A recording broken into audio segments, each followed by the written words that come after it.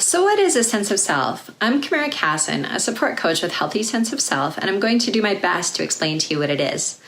When we are developing in childhood, our very first teachers are our care providers, generally our parents. We learn how to behave through modeling their behavior and watching how they react to us. The way that they respond to our needs influences our development. If they respond with respect and warmth and treat us as individual human beings, then we feel adequate and we grow up with a natural sense of self. We become competent, capable, and well-adjusted human beings. However, if our parents are more concerned with fulfilling their own needs and treat us as an extension of themselves or as a means to an end, then we will grow up without a sense of self. We call this developmental process mirroring, how the caregiver relates to the child and forms our sense of self, our core sense of being an independent human being that is valued and accepted for who we are, whose strengths and talents have been affirmed and reaffirmed since birth.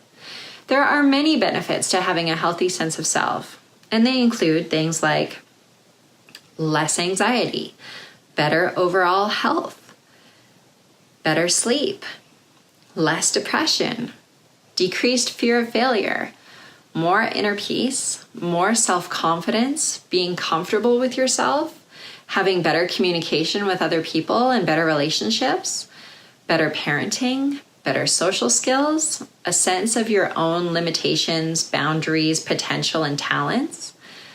People with healthy sense of selves are less controlling of others, have a higher overall quality of life, and achieve more success in business and other endeavors. They have fewer issues with money, are less compulsive, have a better flow in their lives, have a lower divorce rate, and have the ability to self-realize and live life to the fullest potential.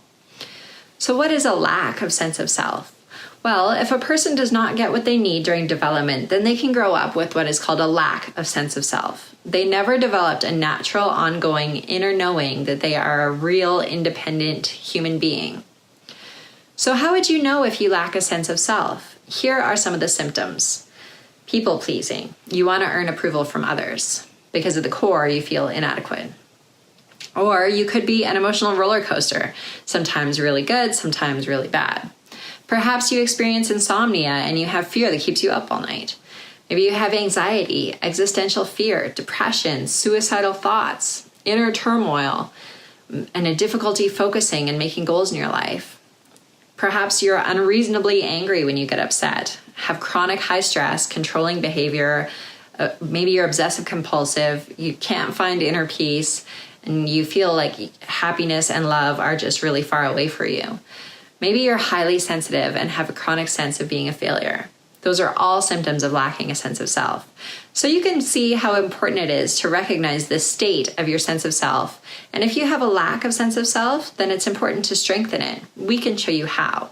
Then you'll have a restored sense of self, and you can experience life in a completely new way, free from the symptoms that resulted from inadequate mirroring in childhood. In my next video, I'm going to talk about a survival mechanism that many people who lack a sense of self use to get by in the world. It's called a substitute sense of self.